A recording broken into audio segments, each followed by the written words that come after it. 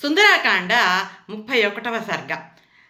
30వ సర్గ దాకా మనము హనుమంతుడు సీతాదేవిని సింస్ప వృక్షం మీద నుంచి చూడటము, ఆ తర్వాత జరిగిన పరిణామాలు, అంటే రావణాసురుడు ఆవిడ ఇద్దరికి మధ్య గడ్డిపోచ పెట్టుకొని మాట్లాడుకోవడాలు, అలాగే రావణాసురుడు కోపోద్రిక్తుడై రాక్షసులని సీతాదేవికి ఇంకా ఇంకా హింసలు పెట్టమని చెప్పటము, ఆ ప్రాసెస్లో త్రిజట అనే ఒక రాక్షసి వచ్చి తన స్వప్న వృత్తాంతాన్ని చెప్పటము, ఈ బాధలని చూసినటువంటి ఈ సీతాదేవికి తన జీవితం మీద ఆశ కోల్పోయి మరణించాలనుకోవడము, ఆ సందర్భంలో ఆవిడకి అనేక శుభశకునాలు ఎదురవటము, ఈ విషయాలన్నీ కూడా హనుమంతుడు పైనుంచి చూస్తూ చూస్తూ సందేహంలో పడటము, అసలు ఈ సీతాదేవితోటి ఏ భాషలో మాట్లాడాలి, ఎలా మాట్లాడాలి అని చాలా రకాల జాగ్రత్తగా ఆలోచించి తను సీతాదేవితో మాట్లాడకుండా వెనక్కి వెళ్ళిపోవడం సబబు కాదని, ఆ సీతామాతకి రాముడిచ్చిన సందేశాన్ని, ఆ ఉంగరాన్ని అందించి ఆవిడని మరణించే ప్రయత్నం నుంచి విరమింపచేసి తను ఒక వార్తని తీసుకుని రాముడి దగ్గరికి వెళ్ళాలని నిర్ణయించుకుంటాడు. ఆ తర్వాత హనుమంతుడు సీతాదేవితో ఏ భాషలో మాట్లాడాలి అని ఆలోచించుకుని మానవ భాషలోనే రామకథని పాడితే ఈవిడ సంతోషిస్తుంది అనేటువంటి ఉద్దేశంతో మెల్లగా రామకథని ఈ విధంగా మొదలు పెడతాడు. ఇక్ష్వాకు వంశంలో దశరథుడు అని మహారాజు పుట్టాడు. ఆయన భూమండలాన్నంతా కూడా పరిపాలించేటువంటి యోధుడు, చతురంగ బలాలతో కూడినటువంటి సైన్యాన్ని సమకూర్చుకున్నటువంటి మహావీరుడు, ఈ లోకంలో సాటిలేని కీర్తి ప్రతిష్టలు సంపాదించుకున్న మహోన్నతుడు, తన సద్గుణాల వల్ల రాజఋషులలో శ్రేష్ఠుడని కీర్తి పొందినవాడు, తన తపస్సు వల్ల ఋషులతోటి సమానమైనవాడు, బలంలో దేవేంద్రుడితో సమానమైనవాడు, ఆయన అహింసావాది, సత్యపరాక్రముడు, దయాశీలుడు, ఐశ్వర్య సంపన్నుడు, విశాల హృదయుడు, చతుసముద్ర పరవేష్టితంగా భూమండలాన్నంతా పరిపాలించినటువంటి వాడు.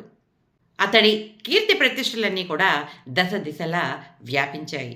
అతడు తన రాజ్యపాలనలో ప్రజలందరినీ కూడా సుఖపెట్టినవాడు. ఆ దశరథ మహారాజు యొక్క జ్యేష్ఠ కుమారుడు శ్రీరాముడు. అతని మొహము పూర్ణచంద్రుడిలా ఉంటుంది, అందుకే అతన్ని అందరూ శ్రీరామచంద్రుడు అని పిలుస్తారు. ధనుర్బాణాలలో శ్రేష్ఠుడు, తండ్రికి అత్యంత ప్రీతిపాత్రుడు. ఈ రాముడు అంటే శత్రువులందరికీ కూడా సింహస్వప్నం లాంటివాడు. ఆ మహాత్ముడు తన నడవడికని రక్షించుకుంటాడు, ప్రజలందరినీ కూడా తను రక్షించగలుగుతాడు, ధర్మాన్ని కూడా కాపాడగలుగుతాడు. వృద్ధుడైన తండ్రి మాటను నిలబెట్టడానికి తన భార్య తమ్ముడితోటి అరణ్యవాసానికి వెళ్ళినటువంటి వాడు. అలా అరణ్యాలలో సంచరిస్తూ అనేక మంది కామరూపులైనటువంటి రాక్షసుల్ని వధించినటువంటి వాడు. జనస్థానంలో రాముడు చేసినటువంటి రాక్షస వధని, కరదూషణాదుల వధని విని రావణాసురుడు రాముడి మీద కోపం పెంచుకుంటాడు. మాయాలేడిని సృష్టించి అతడిని ఏమార్చి అతను లేని సమయంలో సీతామాతని అపహరించుకుని తీసుకెళ్ళిపోతాడు. సీతను వెతుకుతూ వెళ్తున్నటువంటి ఈ రాముడికి సుగ్రీవుడు అనే వానరుడితోటి పరిచయం ఏర్పడుతుంది. ఆ పరిచయము పరస్పరము ఒకరి కష్టాన్ని ఒకళ్ళు పంచుకునే సందర్భంలో మైత్రి ఏర్పడుతుంది. రాముడు వాలిని సంహరించి వానర రాజ్యాన్ని సుగ్రీవుడికి ఇచ్చేటట్టు, సుగ్రీవుడు సీతామాతని వెతకటానికి సహాయం చేసేటట్లు వీళ్ళిద్దరూ కూడా మైత్రి చేసుకుని ఒప్పందం కుదుర్చుకుంటారు. రాముడు తన ఇచ్చిన మాట ప్రకారము వాలిని సంహరించి సుగ్రీవుడికి వానర రాజ్యాన్ని కట్టబెడతాడు. సుగ్రీవుడు తను కూడా సీతామాతను వెతకటానికి తన సైన్యాన్నంతా కూడా భూమికి 4 చెరుగుల పంపిస్తాడు. అలా సీతామాతని వెతకటానికి బయలుదేరిన వారిలో నేను ఒకడిని. సంపాతి అనేటువంటి ఒక పక్షిరాజు మాట విని సీతామాత ఈ రావణ లంకలోనే ఉంది అని నమ్మి 100 యోజనాలున్నటువంటి సముద్రాన్ని దాటి ఈ లంకా పట్టణానికి చేరుకున్నాను.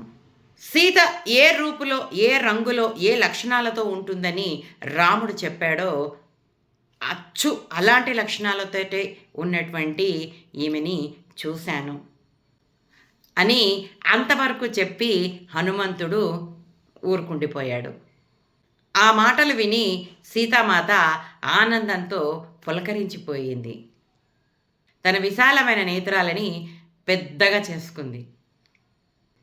ఆ మాటలు ఎక్కడి నుంచి వస్తున్నాయా అని 4 దిక్కుల వైపు చూసింది. ఎక్కడ ఏమి ఎవరు కనిపించలేదు. అప్పుడు మెల్లగా తల ఎత్తి సింస్ప వృక్షం వైపు చూస్తుంది. అక్కడ ఉదయిస్తున్న సూర్యుళ్లాగా మన వాయుపుత్రుడు కనిపిస్తాడు. ఆ తర్వాత ఏం జరిగిందో వచ్చే సరుకులో తెలుసుకుందాం. అంతవరకు సెలవు.